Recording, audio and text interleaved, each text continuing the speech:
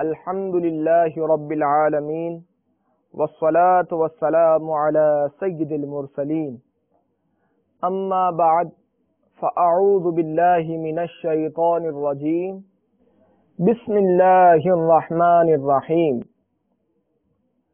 الصلاة والسلام عليك يا رسول الله وعلى آلك وأصحابك يا حبيب الله الصلاة والسلام عليك يا نبي الله وعلى آلك وأصحابك يا نور الله. اللہ و رسول عز و جل و صلی اللہ تعالی علیہ وآلہ وسلم کے درمیان فرق کرنا کار کفار ہے اور فرق نہ کرنا شیوائے اہل ایمان ہے. اللہ تبارک و تعالی قرآن مجید فرقان حمید میں ارشاد فرماتا ہے ان الذين يكفرون بالله ورسله ويريدون ان يفرقوا بين الله ورسله. ترجمہ کنز الایمان، وہ جو اللہ اور اس کے رسولوں کو نہیں مانتے اور چاہتے ہیں کہ اللہ سے اس کے رسولوں کو جدا کر دیں. ملانے کا مطلب یہ ہم بھی نہیں کہتے کہ نبی کو خدا بنا دو، معاذ اللہ. کسی شاعر نے کیا خوب کہا ہے، نبی کو تم بھی خدا نہ سمجھو، خدا کو ان سے جدا نہ سمجھو. نبی کو تم بھی خدا نہ سمجھو، خدا کو ان سے جدا نہ سمجھو. اہل سنت کا یہ عقیدہ خدا خدا ہے، نبی نبی ہے. یوں سمجھیں جیسے نوٹ کے کاغذ کے ساتھ سرکاری مہر اگر مٹ جائے تو نوٹ کی حیثیت ختم. اسی طرح اگر حضور جان عالم صلی اللہ تعالی علیہ وآلہ وسلم کی عظمت دل سے نکل جائے تو توحید بیکار ہے. جیسا کہ قرآن کے کاغذ پہ حروف یا حروف میں سیاہی کے دونوں کا احترام ضروری ہے. جنبی نہ قرآن چھو سکے نہ کاغذ حروف کو. یعنی ربوبیت کو نبوت کے آئینے میں دیکھو کہ حضور کا نام لیا جائے تو ایسا لگتا ہے کہ جیسے جنت کا دروازہ کھل گیا ہے، مصیبت ٹل جاتی ہیں. حضرت ابن عمر رضی اللہ تعالی عنہما کا پاؤں شل ہو گیا. کسی نے کہا جو آپ کو سب سے پیارا ہے اس کو پکارو. انہوں نے زور سے کہا یا محمد صلی اللہ تعالی علیہ وآلہ وسلم. اسی وقت آپ کا پاؤں مبارک ٹھیک ہو گیا. صلو علی الحبیب صلی اللہ تعالی علی محمد. حضور جان عالم صلی اللہ تعالی علیہ وآلہ وسلم کے دادا جان حضرت عبد المطلب فرماتے ہیں کہ میں نے حضور کا نام محمد صلی اللہ تعالی علیہ وآلہ وسلم اس لیے رکھا ہے کہ دنیا ختم ہو جائے مگر ان کی تعریف ختم نہ ہو. حضرت موسیٰ کلیم اللہ علی نبینا وعلیہ الصلاۃ والسلام کو پہلے تجربہ کرایا اور عصا کو اژدہا بنایا، پھر فرمایا اب جاؤ فرعون کے پاس، وہ سرکش ہو گیا ہے. یہ عصا تمام جادوگروں کے حملے کو ناکام کر دے گا اور ہر جگہ آپ کے کام آئے گا. اور حضرت آدم علی نبینا وعلیہ الصلاۃ والسلام کو پیدا کیا تو انہوں نے نگاہ اٹھا کر دیکھا تو نام محمد بنام خدا لکھا پایا. پوچھا مولا یہ کون ہے؟ جواب یہ نہ دیا کہ میرے نبی رسول یا تیری اولاد سے ہوں گے، بلکہ فرمایا یہ نہ ہوتا تو نہ زمین و آسمان ہوتے، نہ عرش و فرش، نہ لوح و قلم، نہ جنت و دوزخ. اے آدم تو بھی نہ ہوتا، لیکن سن اس نام کو یاد کر لے، تیرے کام آئے گا. پھر کام آیا کہ انہی کے نکاح کا حق مہر ادا کرنے کی بات آئی تو پابندی لگ گئی کہ جس حوا کو آدم علی نبینا وعلیہ الصلوۃ والسلام کے لیے وہ سکون بنایا اس کے قریب نہیں جا سکتے. فرمایا اس نام والے پر درود پڑھو، پابندی ختم ہو جائے گی.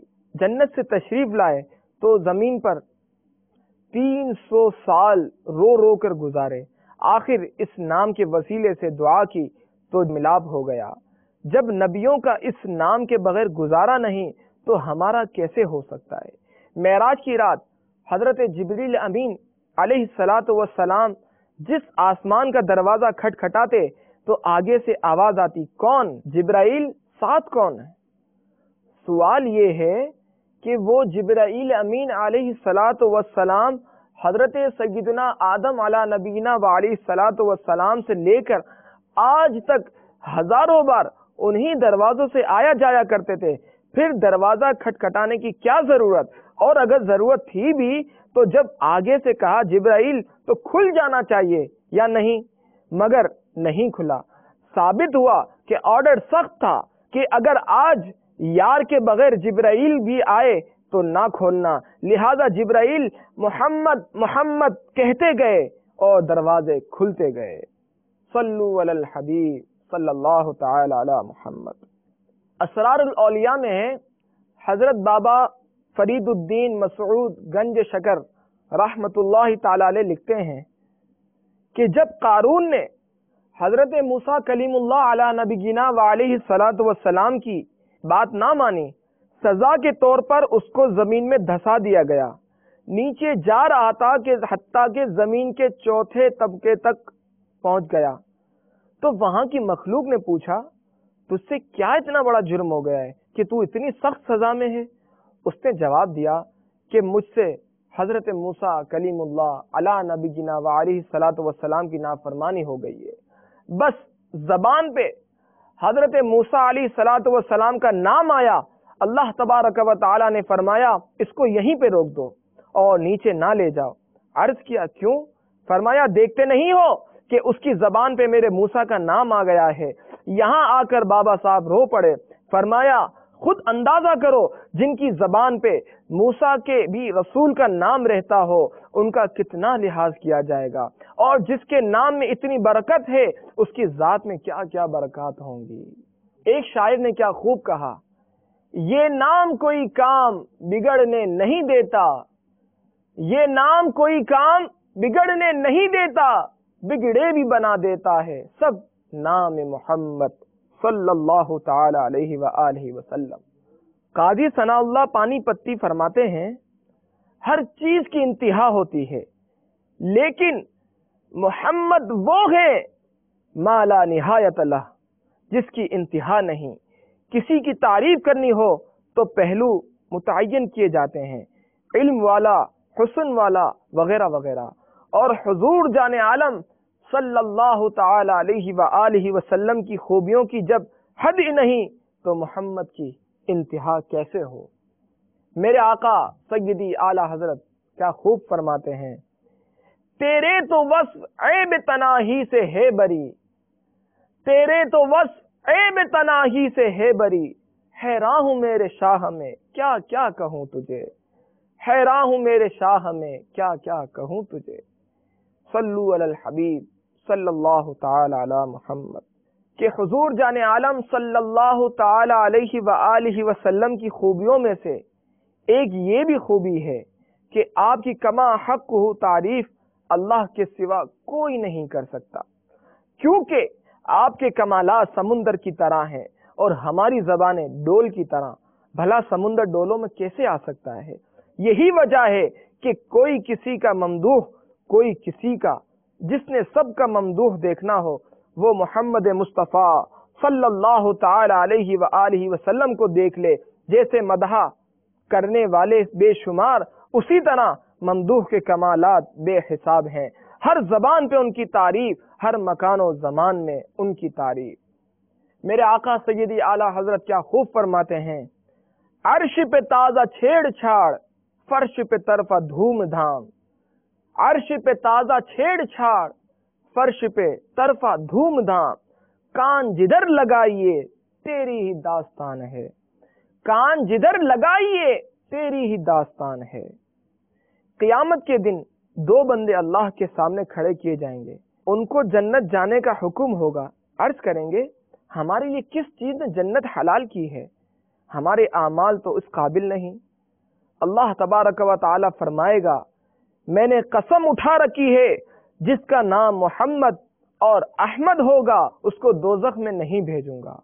اگر مرتے وقت زبان پر صرف لا الہ الا اللہ آیا اور محمد الرسول اللہ نہ آیا تو قبول نہیں، کہ توحید و رسالت میں اگر محمد الرسول اللہ کے لیا تو قبول ہے کہ اللہ بھی آ گیا اور محمد بھی آ گیا۔ ایک یہودی نے توریت شریف میں 4 جگہ حضور جان عالم صلی اللہ تعالی علیہ وآلہ وسلم کا نام مبارک لکھا پایا، اس نے مٹا دیا۔ اگلے دن تورات کھولی تو 8 جگہ اس نے لکھا پایا۔ تیسرے دن 12 جگہ۔ سوچنے لگا، شام سے مدینہ آیا، پتا چلا کہ حضور جان عالم صلی اللہ تعالی علیہ وآلہ وسلم کا وصال ظاہری ہو گیا ہے۔ حضرت علی رضی اللہ تعالیٰ عنہ سے عرض کی، کوئی کپڑا حضور جان عالم صلی اللہ تعالی علیہ وآلہ وسلم کا دکھاؤ۔ تو حضرت علی رضی اللہ تعالی عنہ نے قمیض مبارک دی۔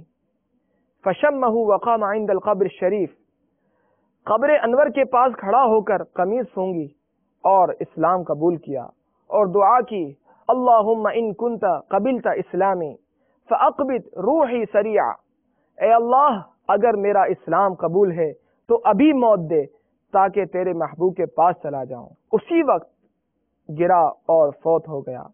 حضرت علی رضی اللہ تعالیٰ عنہ نے غسل دے کر جنت البقیع میں دفن کر دیا۔ آپ کے عشق میں ایک کاش کے روتے روتے یہ نکل جائے میری جان مدینے والے، آمین بجاہ النبی الامین صلی اللہ تعالی علیہ وآلہ وسلم۔ اللہ تبارک و تعالی سے دعا ہے کہ ہمیں حضور جان عالم صلی اللہ تعالی علیہ وآلہ وسلم کی پکی سچی محبت عطا فرمائیں اور دلائل الخیرات شریف کا پابندی کے ساتھ ورد کرنے کی توفیق عطا فرمائیں، آمین بجاہ النبی الامین صلی اللہ تعالی علیہ وآلہ وسلم۔